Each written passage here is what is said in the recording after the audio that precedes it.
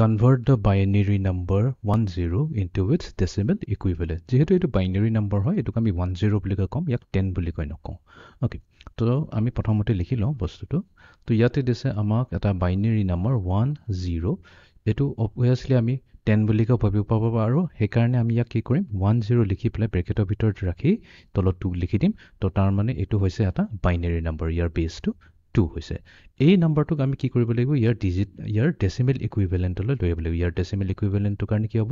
আমি ইয়াক বেসটো 10 বনাব লাগিব ওকে তো বাইনাৰি নাম্বাৰ এটা ডেসিমেললৈ কনভাৰ্ট কৰিবৰ কাৰণে আমি কি কৰিম প্ৰথমতে বাইনাৰি নাম্বাৰটো লিখি লম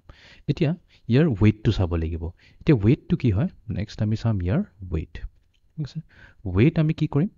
আমি এলএসবি পৰা এমএসবি লৈ আহিম তাৰ মানে আমি লেফট ৰাইট সাইডৰ পৰা লেফট সাইডলৈ আমি যাম তো এতিয়া প্ৰথম যোনটো হ'ব প্ৰথমৰ ওয়েটটো হয় 2 to the power 0 so 2 to the power 0 মানে কি হয় 1 হয় আৰু সেকেন্ডত যোনটো আছে সেকেন্ড বিট যোনটো আমাৰ লেফট সাইডে আছে এটো হ'ব 2 টু দি পাৱাৰ 1 ওকে তো যেহেতু আমি এতিয়া ওয়েটটো পাই গলো তেনেহলে আমাৰ ডেসিমেল ইকুইভ্যালেন্টটো হ'ব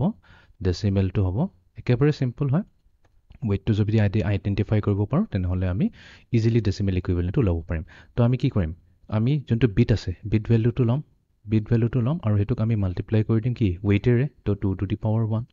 প্লাস কৰিম নেক্সট বিট ভ্যালুটো কি আছে 0 আছে 0 লগত মাল্টিপ্লাই কৰিম কাক 2 টু দি পাৱাৰ 0 এতিয়াটো আমি সলভ কৰিলে হৈ গল তো 1 * 2 হৈ গল 2